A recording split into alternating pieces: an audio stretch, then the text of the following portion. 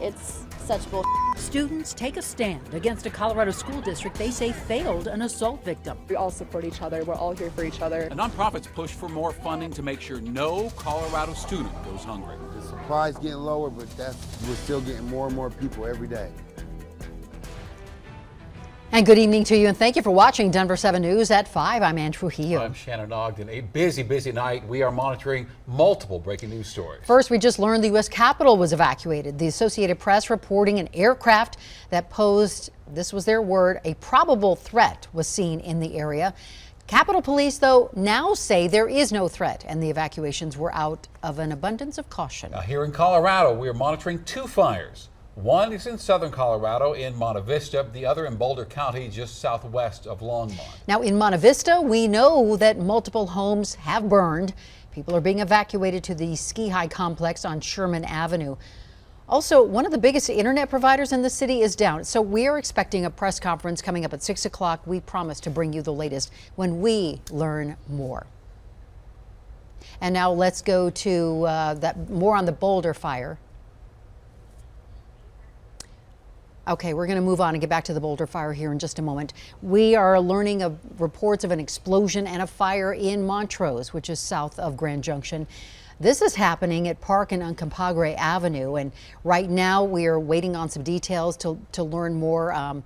This is a developing story, so bear with us. We are working to get more information. Police are asking people to avoid the area right now. All right, more breaking news tonight. The Department of Justice has just now appealed the ruling by a Florida judge to end the transportation mask mandate. The CDC recommended the DOJ appeal this decision, saying it wants to protect the department's public health authority.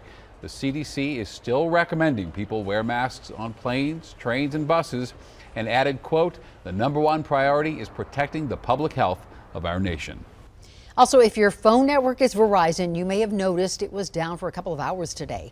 Now, that outage was reported in multiple states, including Nevada, California, and Arizona. And Verizon is telling us that it is now working to get all networks restored.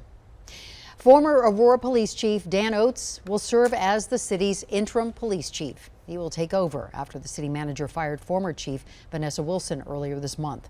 Oates led the department from 2005 to 2014, and Oates will start his position as interim sometime between now and next month. Months ago, a teenager in Aurora was charged with sexually assaulting a classmate, yet the two still see each other nearly every day. Well, now other classmates are supporting the victim. Denver 7's Russell Haythorne is there as students take a stand against the district. Support coming in large numbers outside Grandview High in Aurora. We all support each other. We're all here for each other. As students walk out in protest of Cherry Creek's lack of action in an alleged sexual assault case. She comes to school almost every day and sees him in class. That's not okay, and it's something that I don't think CCSD has done much about. Details of the assault infuriating some students. They're scared to know that there was a monster in your midst. There was a girl who got sexually assaulted here on campus. She was 16, he was 17. He grabbed something that was inappropriate and basically whispered in her ear, "I don't really care about consent." The parents of the victim critical of the school and the district today because 5 months after the alleged assault, other than a no contact order, there's still been no disciplinary action against the suspect. My daughter continues to be traumatized every time she goes back to school. Cherry Creek schools kicked Denver 7 off campus. So you can tell us. But later said in a statement, CCSD has followed both Title IX and CCSD board policies. They're waiting on the criminal courts to make a decision. And as we all know, criminal court can go on for a very, very long time. That's not what's supposed to happen. Title IX experts agree. That is absolute nonsense. There is nothing in the law that says that a school has to wait for a criminal process to play out before the school takes action. Civil rights attorney Igor Rankin says Title IX prevents discrimination based on gender. He says in this case, Cherry Creek could be setting itself up for a costly lawsuit. by failing to protect the victim. The female is subjected to seeing the accused every day, every week, every month. Imagine that you have made these accusations against someone. You clearly are bothered by this. It's clearly disturbing, but at the same time, you may have to see that person again.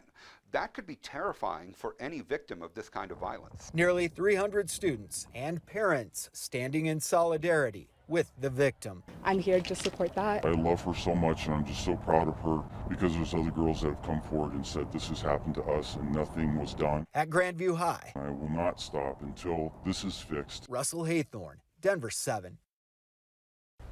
If you or someone you know needs help or needs support, you can call the Colorado Crisis Services number. It's 1-844-493-8255. The phone lines are always open. If you prefer, you could also text the word TALK to 38255. All right, one of our big stories tonight in Boulder County, there's a 25-acre grass fire that has forced evacuation south of Longmont. And actually, the county sheriff just has given the all clear here. And we do have Denver 7's Rob Harris there on scene right now. And Rob, we know crews made significant progress on the fire, so looking good now. Very windy out here in Boulder County, but the good news is we've just heard from Boulder County Sheriff, and they have given the all clear to the residents in the area that they can go back to their homes. They're also in the process of removing the roadblocks that were put into place in response to this fire up on Tabletop. I'm going to step out of the way so you can see what's left of the fire. I don't know if it's going to show up on screen. You can see just a little bit of smoke still coming off of Tabletop Mountain. Not very much at all. And really, when we asked Boulder Sheriff, they're saying that they had a number of agencies responding very quickly. And it was that response time and the interagency communication and work that they credit for getting this fire under control very quickly. They say the call came in just after 3 o'clock this afternoon for a very small, about 300 square foot grass fire on top of Tabletop Mountain. We're told that it's grown to approximately 30 to 35 acres, but no structures have been damaged. And again, we are getting the all clear for the residents who are evacuated in this area to return to their homes, and the roadblocks have been lifted at this time, which is good news this afternoon, even as the winds are still pretty strong winds out here in Boulder County and quite dry conditions as well. Back to you guys.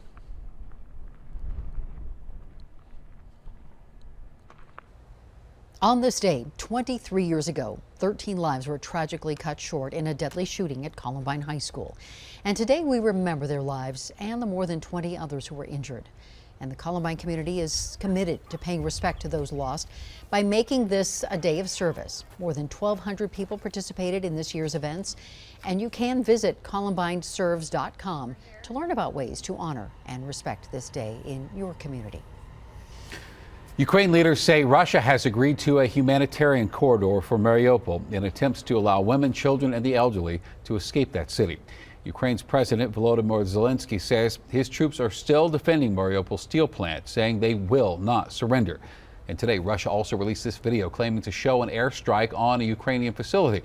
Also, Russia's military announced test launch of an intercontinental ballistic missile, saying those who threaten Russia should, quote, think twice.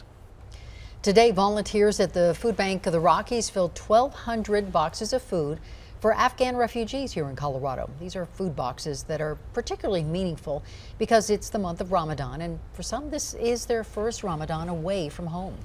Items that we include in the boxes are chickpeas or garbanzo beans, some teas, also some rice and flour and yeast and other items that people can make familiar foods with. Nearly 2,000 refugees have relocated to Colorado since February. In a little more than 2 months, federal waivers that allow school districts to provide free meals to students all year long will end. Denver 7's Micah Smith heard from school leaders across the state who say by the middle of the summer, thousands of Colorado students could go hungry. Several days a week, a line of cars forms outside the nonprofit Struggle of Love in Montbello. We've been having a lot of people come through here. It's nonstop, man. Brian Brooks is the assistant food pantry manager for Struggle of Love and helps organize daily food drives. The supply's getting lower, but we're still getting more and more people every day.